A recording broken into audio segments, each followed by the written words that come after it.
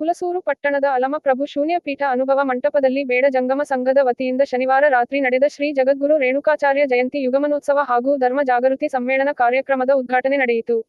ಮೇಹಕರ, ತಡೋಳದ ಶ್ರೀ ರಾಜೇಶ್ವರ ಶಿವಾಚಾರ್ಯ ಸ್ವಾಮೀಜಿ, ಡಾ ಶಿವಾನಂದ ಸ್ವಾಮೀಜಿ, ಅಭಿನವ ಘನಲಿಂಗ ರುದ್ರಮುನಿ ಶಿವಾಚಾರ್ಯರು, ಶ್ರೀ ಶಾಂತಿವೀರ ಶಿವಾಚಾರ್ಯರು, ಸಾಯಿಗಾನ್ವದ ಶ್ರೀ ಶಿವಾನಂದ ಸ್ವಾಮೀಜಿ, ಜಿಪಂ ಮಾಜಿ ಸದಸ್ಯ ಮಲ್ಲಪ್ಪ ದಬಾಲೆ, ಶಶಿಕಲಾ ಪಟ್ನೆ, ಡಾ ನಾಗನಾಥ ತೊಗರಿಗೆ ಸೇರಿದಂತೆ ಅನೇಕರು ಹಾಜರಿದ್ದರು.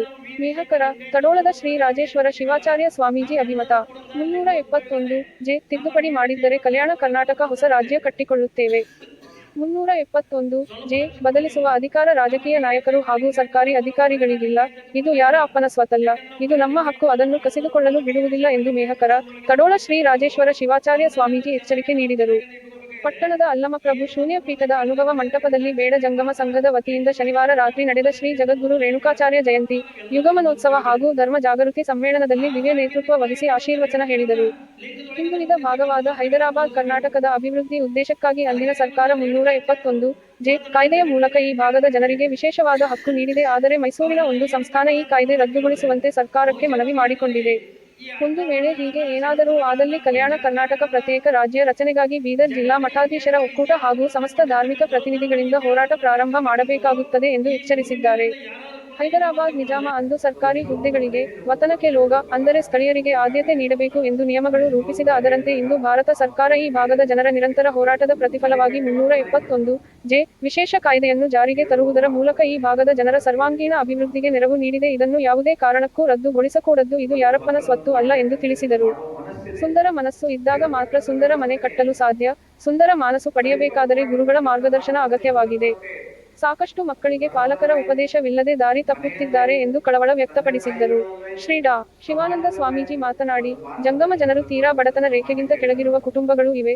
ಸರ್ಕಾರ ಅವರನ್ನು ಗುರುತಿಸಿ ಪರಿಶಿಷ್ಟ ಜಾತಿಯ ಹಿಂದುಳಿದ ವರ್ಗಗಳಿಗೆ ನೀಡಿರುವ ಮೀಸಲಾತಿಯಂತೆ ಬೇಡವ ಜಂಗಮರಿಗೆ ಮೀಸಲಾತಿ ನೀಡಬೇಕು ಎಂದು ತಿಳಿಸಿದ ಅವರು, ಕಲ್ಯಾಣ ಕರ್ನಾಟಕ ವಿಶೇಷ ಸ್ಥಾನಮಾನಕ್ಕಾಗಿ ತಂದಿರುವ ಸಂವಿಧಾನದ 371 ಜೆ ಕಾಯ್ದೆ ಏನಾದರೂ ರದ್ದುಗೊಳಿಸುವಂತೆ ಪ್ರಯತ್ನಿಸಿದರೆ ಈ ಭಾಗದಲ್ಲಿ ದೊಡ್ಡ ಪ್ರಮಾಣದಲ್ಲಿ ಹೋರಾಟ ಮಾಡಲಾಗುವುದು ಎಂದು ಸರ್ಕಾರಕ್ಕೆ ಎಚ್ಚರಿಕೆ ನೀಡಿದ್ದಾರೆ. ತ್ರಿಪುರಾಂತದ ಶ್ರೀ ಘನಲಿಂಗ ರುದ್ರಮುನಿ ಶಿವಾಚಾರ್ಯ ಸ್ವಾಮೀಜಿ, ಗಡಿ ಗೌಡಗಾನ್ವದ ಶ್ರೀ ಶಾಂತವೀರ ಶಿವಾಚಾರ್ಯ ಸ್ವಾಮೀಜಿ, ಸಾಯಗಾನ್ವ ವಿರಕ್ತ ಮಠದ ಶ್ರೀ ಶಿವಾನಂದ ಸ್ವಾಮೀಜಿ, ಜಿಪಂ ಮಾಜಿ ಸದಸ್ಯ ಮಲ್ಲಪ್ಪ ದಬಾಲೆ ಮಾತನಾಡಿದರು. ಬೇಡ ಜಂಗಮ ಸಮಾಜದ ತಾಲೂಕು ಅಧ್ಯಕ್ಷ ಡಾ ನಾಗನಾಥ ತೋಗರಗೆ, ಉಪಾಧ್ಯಕ್ಷ ಸಡಕಯ್ಯ ದನ್ನೂರೆ, ಪ್ರಧಾನ ಕಾರ್ಯದರ್ಶಿ ಅಮಿತ್ ಸ್ವಾಮಿ, ಪ್ರಮುಖರಾದ ಶಶಿಕಲಾ ಪಟ್ನೆ, ಗಡಿ ಗೌಡಗಾನ್ವದ ಸತೀಶ ಹಿರೇಮಠ, ನವನಾಥ ಬೋಪಳೆ, ಬಸವರಾಜ ಮುಕ್ತ, ಬಸವರಾಜ ಸ್ವಾಮಿ ಬುಕ್ಕಿಗರ್, ರವಿ ಸ್ವಾಮಿ, ಲೋಕೇಶ ಸ್ವಾಮಿ, ಶಿವಕುಮಾರ ಮಠಪತಿ, ಸೋಮನಾಥ ಸ್ವಾಮಿ, ವಿಜಯಕುಮಾರ, ಸಿದ್ದಲಿಂಗ ಸ್ವಾಮಿ ಹಾಜರಿದ್ದರು. ಶಿವಕುಮಾರ ಪಂಚಯ್ಯ ಸ್ವಾಗತಿಸಿದರೆ, ರಾಜಕುಮಾರ ನಿಡೋದೆ ನಿರೂಪಿಸಿದರು.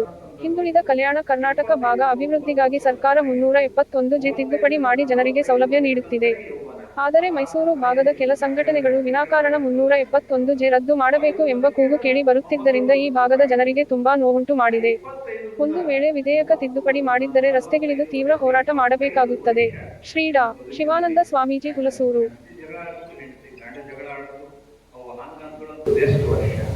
20 ವರ್ಷ ಬರೇ ಸಣ್ಣತನ ಸಂದರ್ಭವಿತ್ತು. 25ಕ್ಕೂ 30ಕ್ಕೂ ಲಗ್ನ ಇತ್ತು. 35ರಿಂದ 45 ವರ್ಷ ತನಕನೇ ಯೌವನ. ಅದಾದ ನಂತರ ಏನು ಗಂಡ ಹೇಳೋದು ಹೆಂಡತಿ ಕೇಳೋದ, ಹೆಂಡತಿ ಗಂಟೆ ಕೇಳೋದಲ್ಲ. ಅವಾಗ ಇದ್ರ ಬದುಕೇ ಇರಲ್ಲ, ಮೊಮ್ಮಕ್ಕಳು ಬದುಕು ಶುರು ಆಗಿದೆ.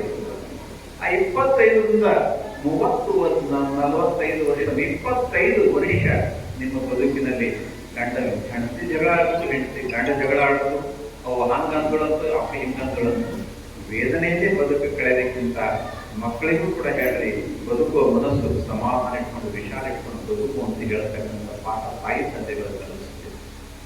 ಇದು ಸಮಾಜಕ್ಕೆ, ಇವತ್ತು ವೀರಶೈವ ಸಮಾಜಕ್ಕೆ ದೊಡ್ಡ ಕಟ್ಟ. ಲಗ್ನ 1 ವರ್ಷ ಆಗಿಲ್ಲ, ಸ್ವಲ್ಪ ಅಡ್ಜಸ್ಟ್ ಆಗೋದಾಗೆಲ್ಲ ಸಾಯಂಕಾಲ ಬಾ ಅನ್ನೋದು ಸುಲಭ.